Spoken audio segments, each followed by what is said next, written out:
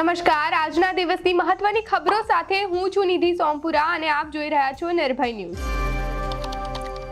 વડોદરા હરણી દુર્ઘટના બાદ અમદાવાદનું વહીવટી તંત્ર હવે સફાળું જાગ્યું છે। અમદાવાદ જિલ્લા શિક્ષણ અધિકારી દ્વારા અમદાવાદ શહેરની દરેક સ્કૂલને પ્રવાસનને લઈ જવા કડક સૂચના આપવામાં આવી છે। કોઈ પણ પ્રવાસ જે શહેરમાં હોય કે શહેરની બહાર તે માટે પ્રવાસની મંજૂરી ડીઈઓ કક્ષાએ લેવી પડશે। જો મંજૂરી વિના પ્રવાસ લઈ જવાય તો શાળાની મંજૂરી રદ થઈ શકે છે। ઓડિશાના કોરાપુટ જિલ્લામાં શુક્રવારે ગંભીર અકસ્માત થયો હતો, જેમાં બે બાઇક, એક ઓટો રિક્ષા, એક ટ્રેક્ટર અને એક એસયુવી એક સાથે અથડાયા હતા। આ અકસ્માતમાં મહિલાઓ સહિત 7 લોકોના મોત થયા છે, જ્યારે અન્ય લોકો ઘાયલ થયા છે।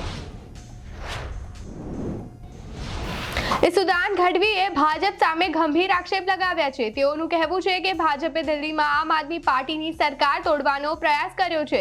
મળતી માહિતી પ્રમાણે દિલ્હીમાં ભાજપે 7 જેટલા આમ આદમી પાર્ટીના ધારાસભ્યોનો સંપર્ક કર્યો છે અને તેમને 25-25 કરોડની ઓફર કરી છે। બિહારના મુખ્યમંત્રી નીતિશ કુમાર ફરી એકવાર એનડીએમાં સામેલ થવાની અફવાઓ વચ્ચે સમાજવાદી પાર્ટીના પ્રમુખ અખિલેશ યાદવે મોટું નિવેદન આપ્યું છે। તેમણે કહ્યું કે જો નીતિશ ઇન્ડિયા ગઠબંધનમાં હોત તો પીએમ પણ બની શક્યા હોત।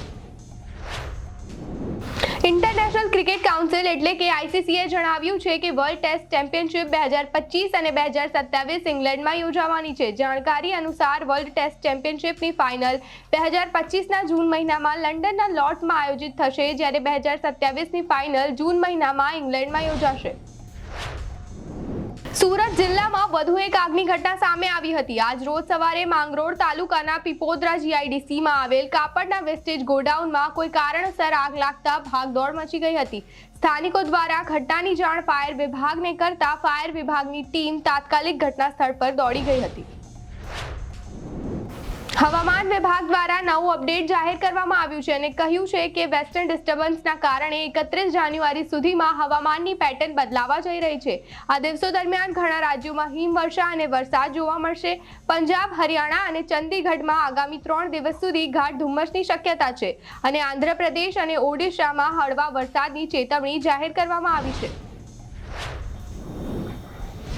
સોમનાથ મંદિર ટ્રસ્ટની તથા સરકારી જમીન પર વર્ષોથી ખડકાયેલા કાચા પાકા ગેરકાયદે દબાણોને હટાવવા માટે પોલીસ કાફલા સાથે વહીવટી તંત્ર દ્વારા મેગા ડેમોલિશન હાથ ધરવામાં આવ્યું હતું, જેમાં 21 પાકા મકાનો અને 153 જેટલા ઝૂંપડા હટાવીને 3 હેક્ટર જેટલી જમીન ખુલ્લી કરવામાં આવી છે અને આગામી દિવસોમાં પણ સરકારી જમીન ઉપરના દબાણો દૂર કરવાની કામગીરી ચાલુ રહેશે।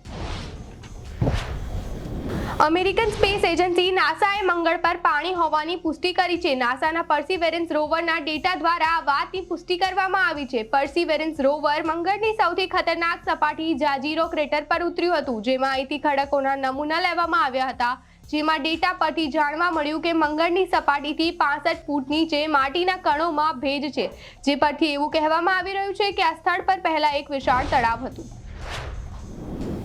રાજકોટ બાદ જૂનાગઢની પોલીસ પર તોડકાંડને અંજામ આપવાનો આરોપ લાગ્યો છે। તોડકાંડમાં સીપીઆઈથી માંડીને એએસઆઈ પર કાર્યવાહી કરવામાં આવી છે। ખાખી વર્દીમાં સાજા 3 પોલીસ અધિકારીઓએ સત્તાનો દુરુપયોગ કરીને લાખોના તોડકાંડને અંજામ આપ્યો હતો। તરલ ભટ્ટ, અરવિંદ ગોહિલ અને દીપક જાનીએ કેરળના વેપારી પાસેથી બેંક ખાતું અનફ્રીઝ કરવા માટે 25 લાખ માંગ્યા હતા। આ મામલો સામે આવતા ત્રણેયને સસ્પેન્ડ કરી દેવાયા છે।